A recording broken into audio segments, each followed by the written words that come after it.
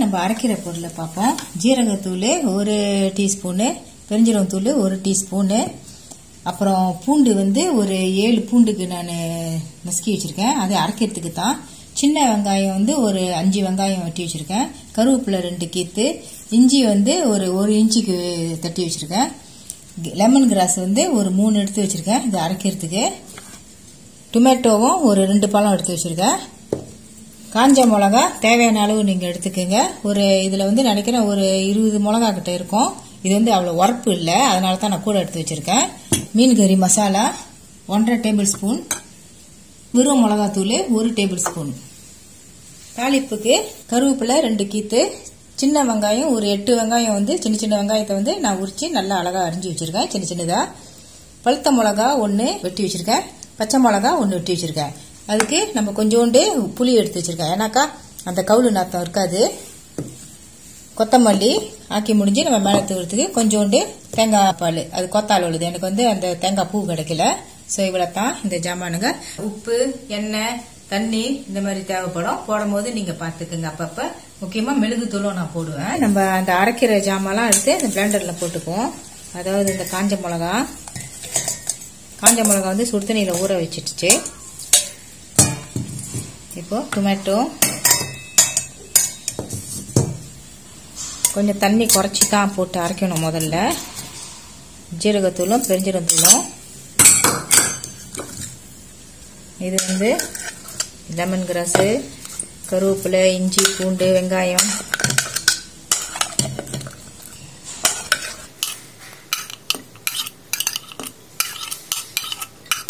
இந்த தண்ணி குறை வச்சு அரைச்சிக்கலாம். அப்புறம் தான் நம்ம திறந்துட்டு திருப்பி தண்ணி கூட வச்சுட்டு இந்த 2 தூளை நம்ம போட்டுக்கணும்.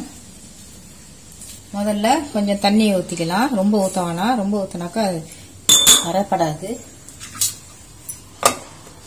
முழுவதும் அரைப்போம்.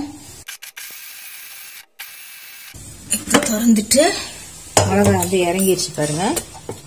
இறங்கிட்டோன்னா நம்ம இந்த மசாலா பொடியை போட்டுக்குவோம்.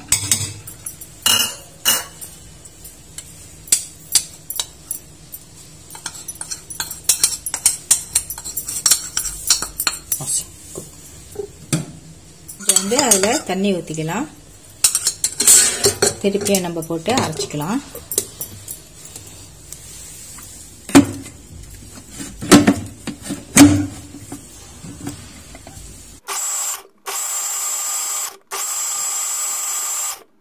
பாருங்க, இந்த அளவுல நம்ம அரைச்சி எடுத்துக்கணும்.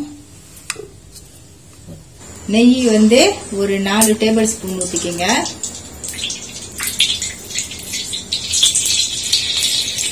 அது கருவாம இருக்கிறதுக்கு கொஞ்சோண்டு எண்ணெய் அதில் ஊற்றிக்குவோம்.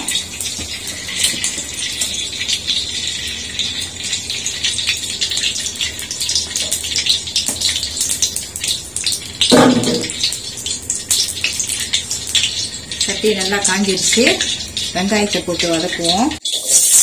வெங்காயம், கருவேப்பிலை, மிளகா எல்லாத்தையும் போட்டுடலாம். நான் மிச்சது கடுகு அந்த மாதிரி எல்லாம் நான் போட மாட்டேன்.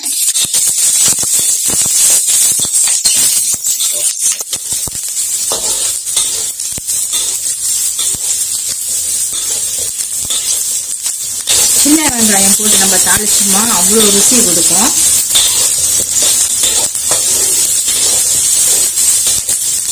நெய் ஒரு 4 டேபிள் ஸ்பூன் போட்டுக்கோங்க.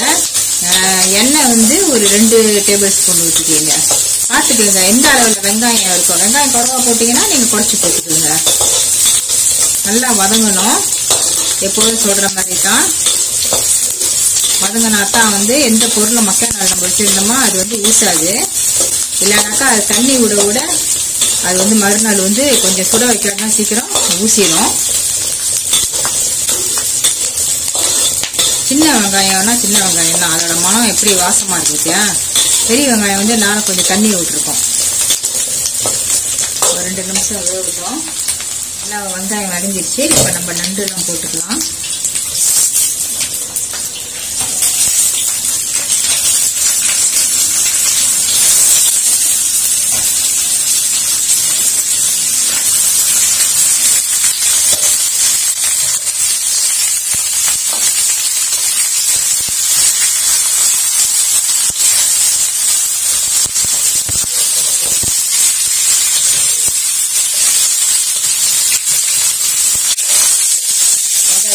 அடுத்து வந்து கொஞ்சம் மெதுவாக வச்சுக்கோம்.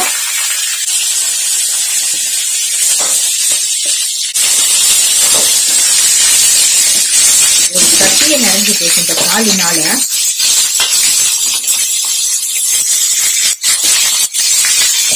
இப்போ வந்து நம்ம அரைச்சி வச்ச மசாலா எல்லாத்தையும் போட்டுக்கலாம்.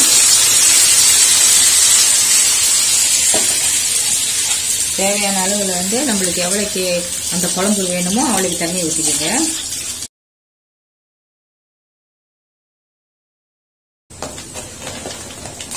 இப்போ வந்து நம்ம இதை நல்லா கிண்டாட்டா கூட பரவாயில்ல, ஏன்னா அது கொதிச்சு அது பொங்கி வர நேரத்துல அது வந்துடும். மூடி வச்சுட்டோமா, ஏன்னா அந்த மசாலா போட்டாக்கா அதே சொந்தமாக தான் ஆயிடும். இப்போ அடுத்தது வந்து நம்ம கொஞ்சம் மஞ்சத்தூள் போட்டுக்கலாம். நம்ம அதை மஞ்சத்தூள் சொல்ல மறந்துட்டேன். மஞ்சத்தூள் வந்து 1 டீஸ்பூன், 3/4 டீஸ்பூனுக்கு கூட போட்டுக்கலாம், இல்லை 1 டீஸ்பூனும் போட்டுக்கலாம். நான் 1 டீஸ்பூன் போட்டிருக்கேன். வந்து நான் கொஞ்சம் புளி கரைச்சி ஊற்றிக்கிறேன், இல்லைனாக்கா அந்த நண்டோட வாடை வேகமாக அடிக்கும். என்னத்தை தான் கழுவுனாலும் அது கவிச்சு தான்.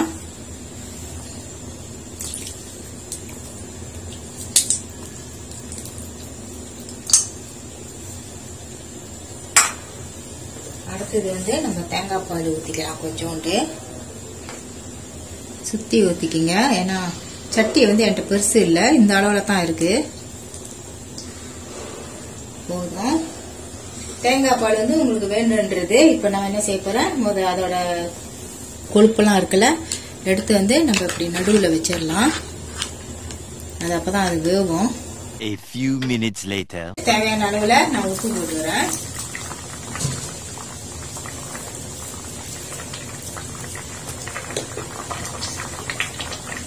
கொஞ்சம் ஃபிஷ் சாஸ் ஊற்றிக்குவோம், 1 டேபிள் ஸ்பூனுக்கு.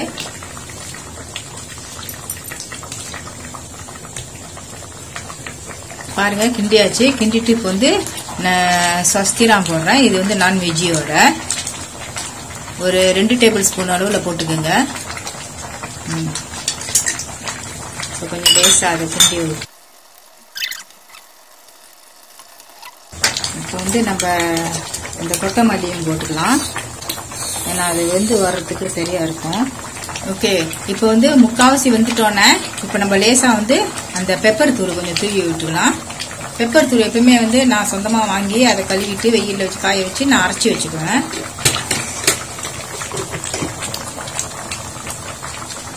இப்போ நல்லா மூடி போட்டு இன்னும் கொஞ்சம் நேரம் கொதிக்கிட்டோம், ஏன்னா எல்லா மசாலாவும் கலந்தா தான் நல்லா இருக்கும்.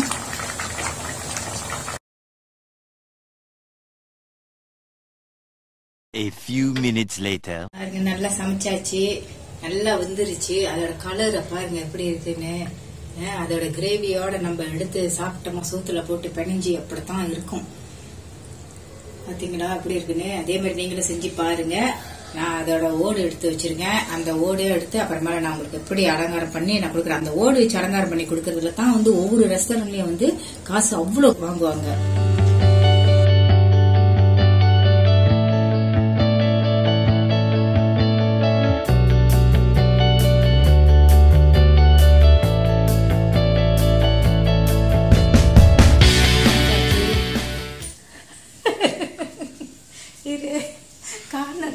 Two hours later.